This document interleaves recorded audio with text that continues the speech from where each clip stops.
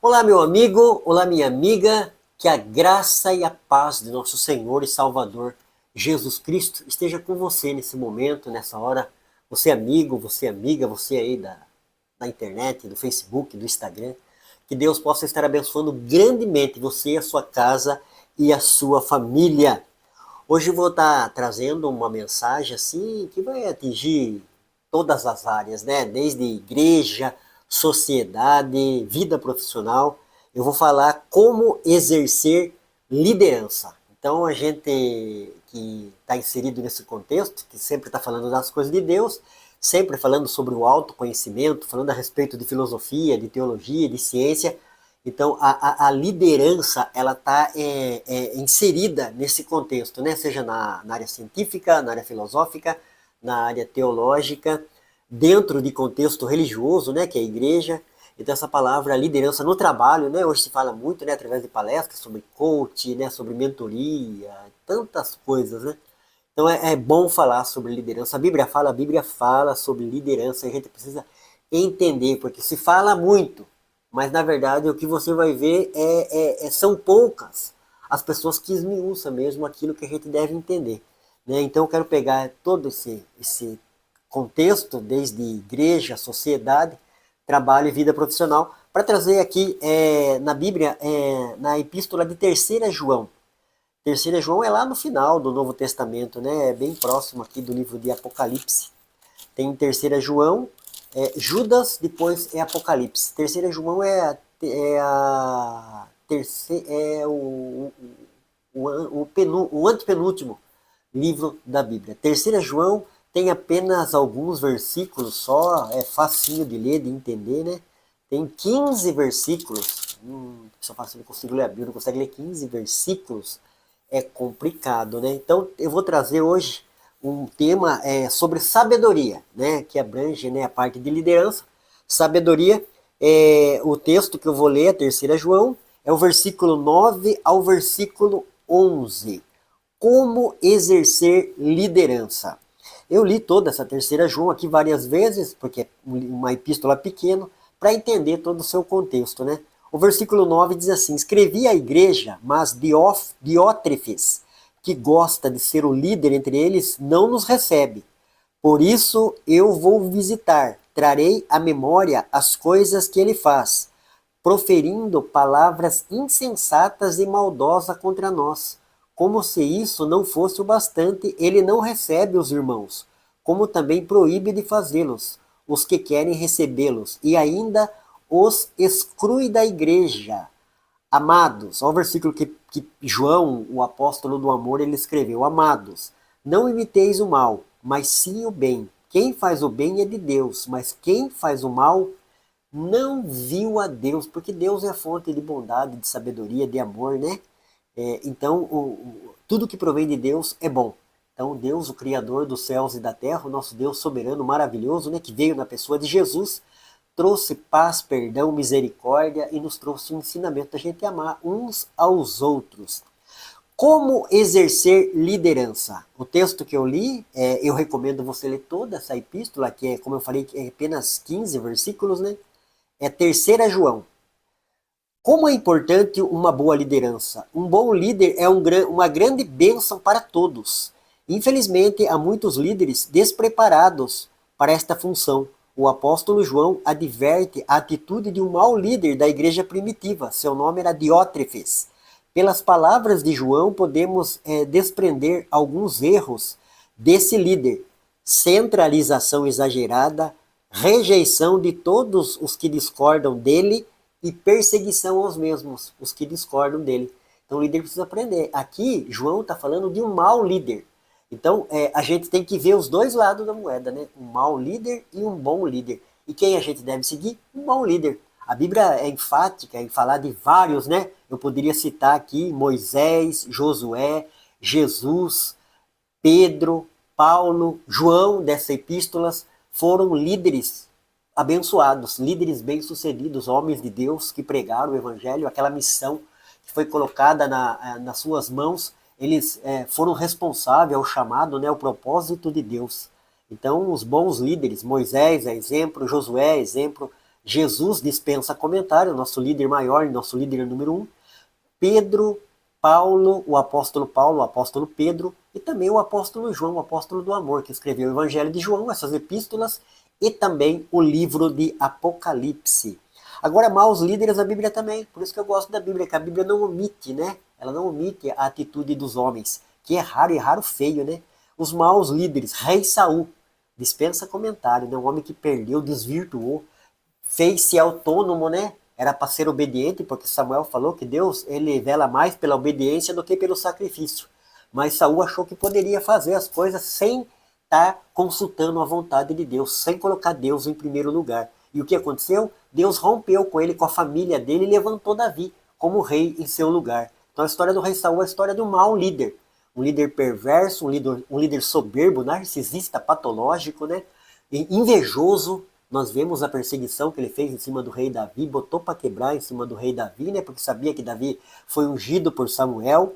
Então o rei Saul é um exemplo de mau líderes. O rei Acabe, né? O rei Acabe que fez toda Israel quase praticamente praticar idolatria, né? Colocando casando com uma mulher idólatra, uma mulher que era dada a feitiçaria, tantas outras coisas que desagradavam a Deus. E no Novo Testamento a gente vê maus líderes como Herodes, né? O grande Herodes Antipas, Herodes que se vestiu lá e pediu glória, né? Ali no livro de Atos dos Apóstolos. Então por isso que é bom a gente discorrer toda a Bíblia, a palavra de Deus, para a gente entender e aprender sobre líderes, né? Desde o começo da história do livro de Gênesis até o livro de Apocalipse, a gente discorre a Bíblia Sagrada, lendo ela na íntegra, a gente vai entender, compreender e ver esses personagens, né? O rei Davi foi um rei, que teve altos e baixos, mas esteve sempre buscando a vontade de Deus. Então eu poderia citar vários líderes, né? Como exercer a liderança? Como que a gente deve exercer a liderança, né? Falam que um bom líder, ele é líder em qualquer lugar, dentro de casa, na família, em qualquer lugar. Não esse líder, como foi relatado aqui, Diótrefes, aqui na epístola de 3 João. Pelas palavras de João, podemos depreender alguns erros desse líder. Centralização exagerada, rejeição de todos os que deles discordam e perseguição ao mesmo. Centralização exagerada. Você olha hoje para o sistema religioso, eu não persigo o sistema religioso. Mas eu não posso deixar de falar dele. Eu pesquiso, leio, estudo para trazer uma mensagem, uma pregação, né, uma palavra de edificação, uma palavra de direcionamento, que é o que está acontecendo aqui. Né? Você que aspira aí, você que está tá dentro da igreja como pregador, como pastor, como presbítero, diácono, né? Você almeja uma liderança, ou já é um líder, a gente precisa trazer toda a nossa prática, nosso modelo de vida e seguir a Cristo. Seguir a Cristo, seguir a Pedro, seguir a Paulo, seguir o apóstolo João, da sua epístola aqui, e entender o que um líder não deve ser. Centralização exagerada. O rei Saul era um homem egoísta, antropocêntrico, como eu falei, narcisista, patológico, orgulhoso. Então é isso, né? Qual foi o pecado de Satanás, que derrubou Satanás, o querubim ungido? Orgulho.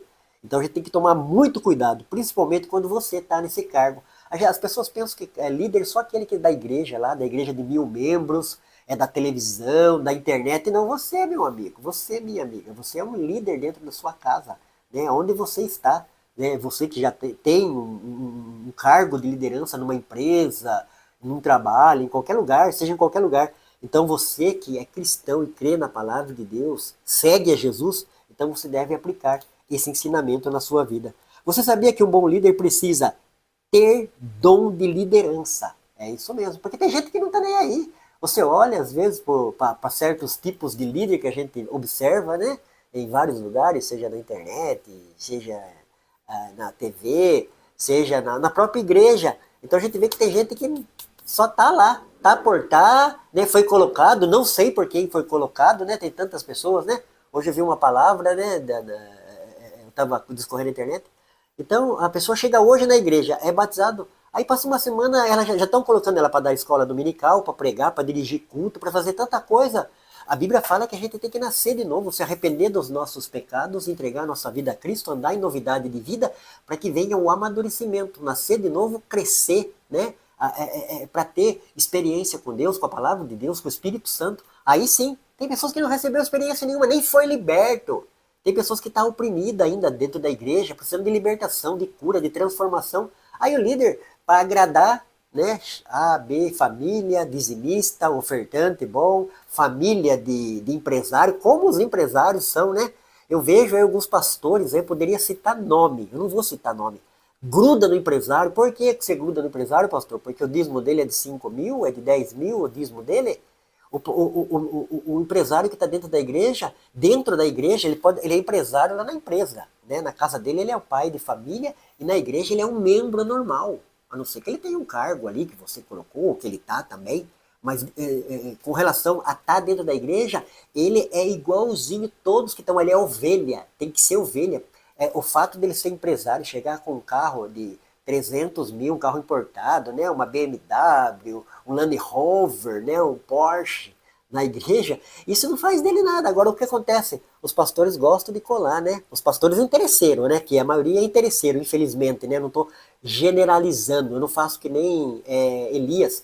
Ó, Senhor, todo mundo dobrou o joelho para Baal, só eu que fiquei. Deus falou, Elias, eu separei 7 mil que não dobrou os joelhos para Baal. Então eu não tenho essa prepotência, mas infelizmente como pesquisador eu não posso deixar de falar que o que eu vejo dentro de contexto religioso, neopentecostal e pentecostal, a maioria dos pastores dão ênfase principalmente para os empresários, os que têm money, dízimo gordo. Infelizmente isso é uma realidade dentro do sistema religioso.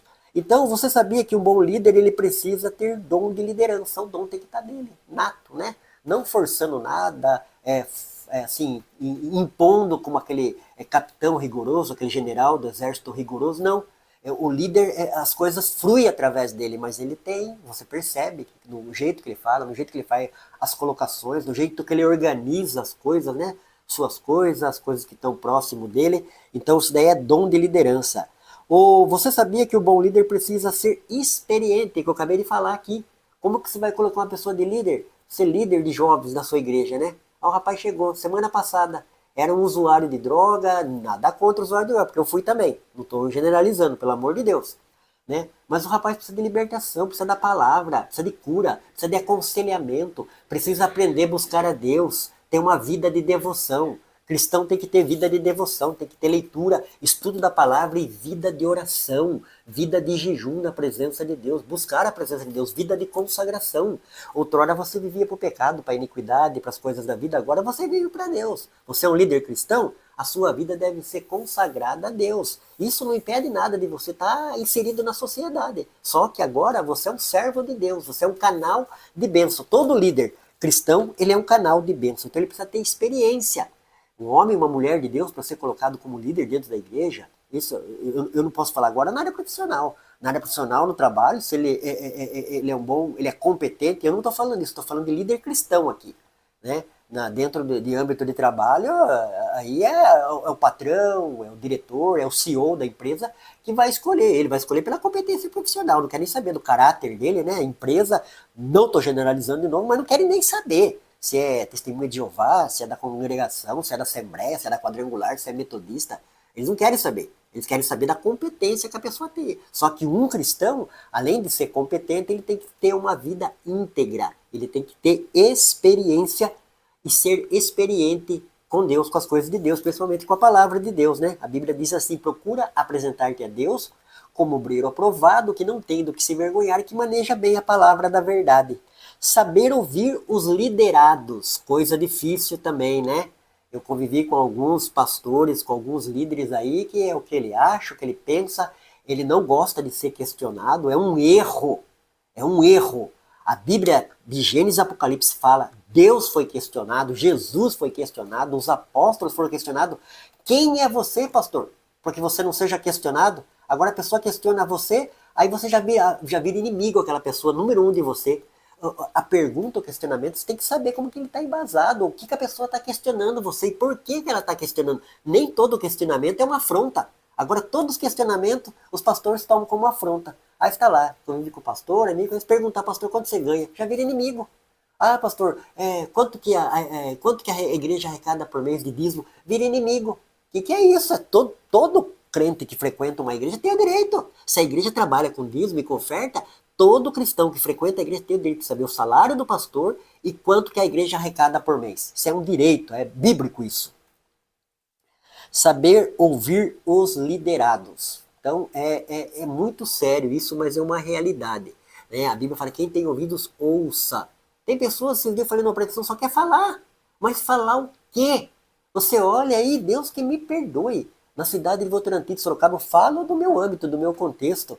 Meu Deus do céu, a gente vai em algumas igrejas aí, você nem lembra que o pastor pregou, né? Que dentro da própria pregação ele falou acho que 2, 3 vezes sobre dinheiro, sobre isso, sobre campanha disso, sobre isso, sobre aquilo. Conteúdo bíblico dá para contar no dedo. É uma triste realidade nos dias de hoje. Você olha Jesus pregando a palavra, você olha Pedro pregando a palavra, você olha Paulo pregando a palavra, você olha João pregando a palavra, você olha os pais da igreja pregando, morrendo pela palavra. Ô pastor, ô líder, ô diácono, cooperador, você tem que pregar a palavra, você tem que conhecer a palavra, você pregar ela.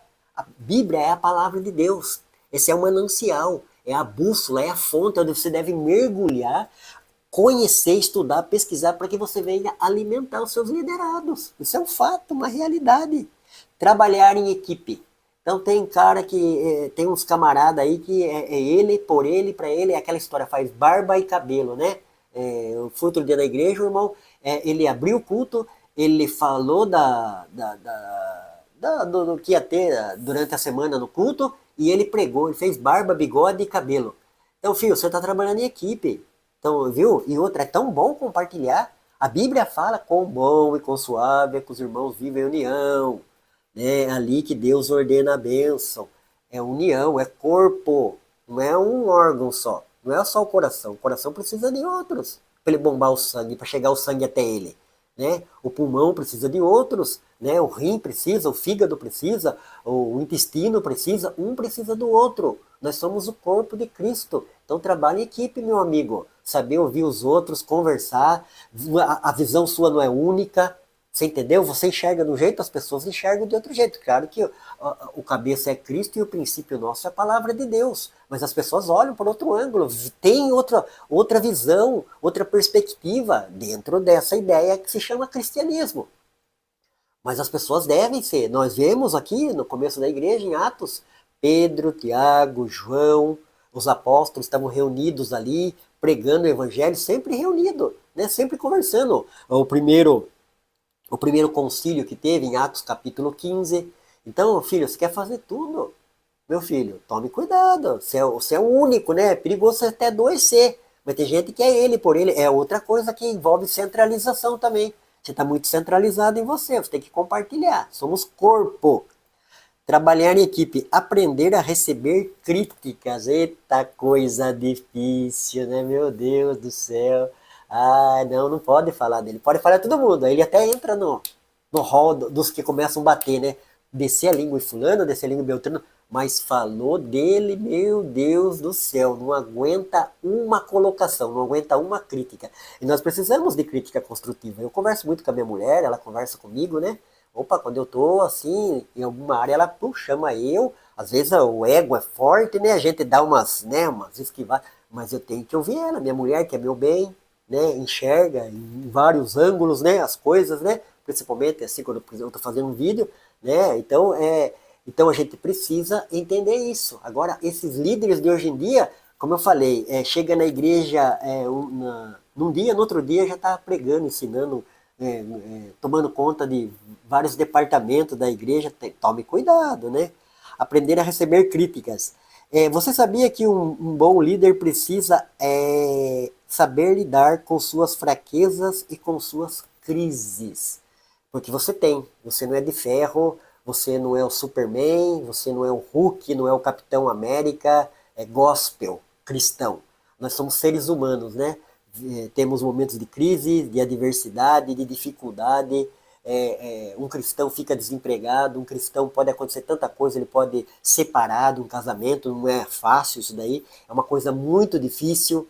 Então a gente tem que saber lidar com as nossas fraquezas e com as nossas crises. Você olha para a vida de Davi, quantas crises Davi teve na vida dele? Você olha para Paulo, você olha para João, para Pedro, né? Pedro, o apóstolo Pedro era um homem assim alterado, assim sanguíneo, Mas Deus, ele deixou Deus trabalhar nele poderosamente, mas vivenciou os momentos de crise. Um dos momentos de crise de Pedro foi quando ele negou Jesus. Imagine o momento que Pedro ficou, né? Negou, andou com Jesus, dormiu próximo de Jesus, porque estavam ali acompanhando Jesus, né? Viu Jesus fazer tantos milagres, né? Ressuscitar a filha de Jairo, né? Ressuscitar o filho da viúva de Naim, ressuscitar Lázaro, tantos milagres extraordinários, e Pedro negou Jesus. Então isso é para a gente ver que a gente é ser humano, né? Que não adianta bater no peito, eu sou o cara, eu sou a bola da vez, é eu por eu, por eu. Nós somos pó, nossa estrutura é pó. Se não for Deus na nossa vida, o inimigo nos engole vivo.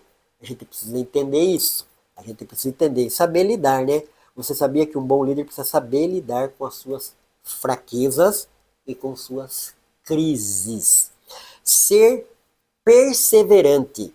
Então, como exercer a liderança? Você sabia que um bom líder precisa ser perseverante nos momentos bons, que é fácil, né? Aleluia, glória a Deus, tudo dando bem, trocando de carro, trocando de casa, oh glória, aleluia. Aí ficou desempregado, deu crise ali, a mulher não quer saber mais. Opa, eu tenho que ser perseverante. Eu não posso ser perseverante só de um lado, do lado da prosperidade manca, que é a prosperidade financeira que envolve dinheiro. Eu tenho que ser próspero na vida espiritual, na minha vida com Deus, na minha comunhão com Deus. Esse lado vale muito mais do que o lado material. Só que o que a gente olha hoje para o seio da igreja, na maioria, igual eu falei, eu não generalizo, né? Porque Deus separa os 7.000 que não dobram o joelho para Baal. Mas o que a gente vê é isso, né? Nossa, olha, trocou de carro, meu Deus, carrão, pegou um carro elétrico aí, ô glória. Glória a Deus que consiga, que todos os servos de Deus consigam comprar um carro elétrico, mas isso não é o auge da minha vida espiritual. O auge da minha vida espiritual é no momento de crise, de adversidade, de luta. Eu vou citar um exemplo aqui. Sábado, eu saí com a minha família. Todo sábado eu gosto de sair fazer piquenique, ir no Paço Municipal, no Parque da Água Vermelha, nos parques, né? Levar a Simone, o Rafael, a Thalita, nosso amigo, o Matheus, o Samuel, a Isabelle. Então a gente vai lá, a gente toma café, a gente lancha, as crianças brincam. Então meu carro deu problema. Qualquer carro automóvel, né? Até carro zero dá problema, o meu carro deu. Eu acredito que é a vela que deu, né? Vela, bico, sei lá, cabo de vela. Então, é a hora que eu tava indo. Daí eu conversei com a mulher, eu falei, lá na prefeitura é muito longe, então vamos voltar, no que a gente volta, a gente fica ali no Parque dos Espanhóis, ali na Barcelona, ali perto da parada, perto do Pinheiros, né, no Pinheiros ali. É um lugar bom, dava pra gente colocar ali as coisas que a gente levou, né, a gente leva refrigerante, leva suco, leva café, então, e pra não perder o dia. E pra também, né, agora tem pessoas que, por exemplo, tá indo, acontece uma coisa com o carro, já estraga o dia, fica perturbado, oprimindo, xingando a mulher, xingando o filho, brigando, batendo, xingando o carro. Não, eu não, se der uma coisa material. É uma benção na minha vida, mas eu sei usar como coisa material, não pode afetar minha área espiritual. Falei, não, segunda-feira encosta no mecânico meu lá, ele mexe, né? É ruim, né? Assim, você tá com a família, é um automóvel muito bom. Mas aconteceu e acontece. Isso daí foi à tarde. E eu esqueci de começar pela parte da manhã. Na parte da manhã eu tinha saído andar de bicicleta, que eu ando de bicicleta, né? Andei por Votorantim, andei em vários bairros, na Vila Nova, no Fornazari, na Vila Garcia, no centro de Votorantim. Eu faço um percurso aí, tem que dar mais de uma hora de bicicleta, é um exercício bom, terapêutico, né? Então, e aconteceu tanta coisa boa, né? A hora que eu cheguei em casa, eu conversei com a Simone, aconteceu algumas coisas, eu comprei um tênis para mim, um tênis para ela. E assim, nós estávamos felizes, né? Eu comprei um tênis e um relógio também. Então, tomamos café, estava tão bom na parte da manhã. Na parte da tarde aconteceu isso com o carro. E acontece em todas as famílias. A gente pensa que vai ter um dia, a gente planeja ter todos os dias redondinho, mas estamos na chuva para se molhar. Então, o que eu tenho que ser é perseverante, continuar crendo, acreditando, buscando a Deus, e não deixando essas coisas corriqueiras, que às vezes, né, uma coisa material, uma coisa ali, uma coisa da casa, que quebra, que estraga, você tem que mexer, você tem que trocar o do automóvel que aconteceu, mas eu tenho que continuar sendo perseverante, não deixar isso daí atrapalhar minha comunhão com Deus. Eu estou na presença de Deus, estou com a minha família, aproveitando o dia, né? Ficando aí por causa das pessoas. Eu vejo, isso daí eu estou falando que eu vejo. Por causa de uma coisa que contraria a pessoa, ela fica perturbada, xingando, falando palavrão, mandando todo mundo para aquele lugar, Cadê? Jesus mora aqui no nosso coração, na nossa mente. Ele é o Senhor da nossa vida. Se Ele é o Senhor, Jesus é paz, é amor, é perdão, é misericórdia. Cadê Jesus? A pessoa fala que tem Jesus. Jesus é o Senhor da minha vida. Jesus é o Senhor da minha vida. Né? A minha vida é tocada por Jesus. Qualquer contrariedade desequilibra na hora. Perde paz, xinga, ofende, briga com a mulher, briga com os filhos, deixa o lar conturbado. Está fora do líder cristão. O líder cristão tem que ter um domínio próprio. Tem que ter os frutos do Espírito dentro da sua vida, do seu ser. Como exercer liderança? João está nos falando.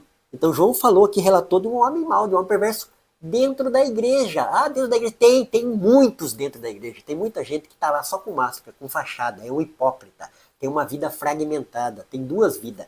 Na igreja ele é um, na casa ele é outro. E não é isso que a Bíblia ensina. A Bíblia ensina que a gente tem que ter um caráter só. É sim, sim, não, não. Né? Como eu falei aqui, eu posso pegar a diversidade em qualquer área, seja no trabalho, seja na família, seja lá fora, na sociedade, que aconteceu, quebrou meu automóvel. Então, viu?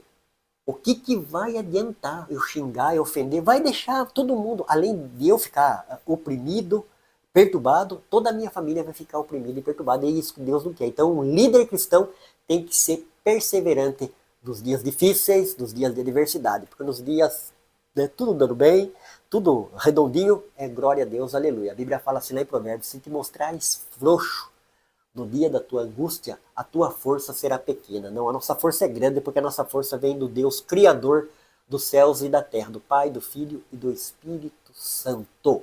Essa era a palavra que eu tinha para você, meu amigo e minha amiga, que toma café com Noronha toda quarta e todo domingo.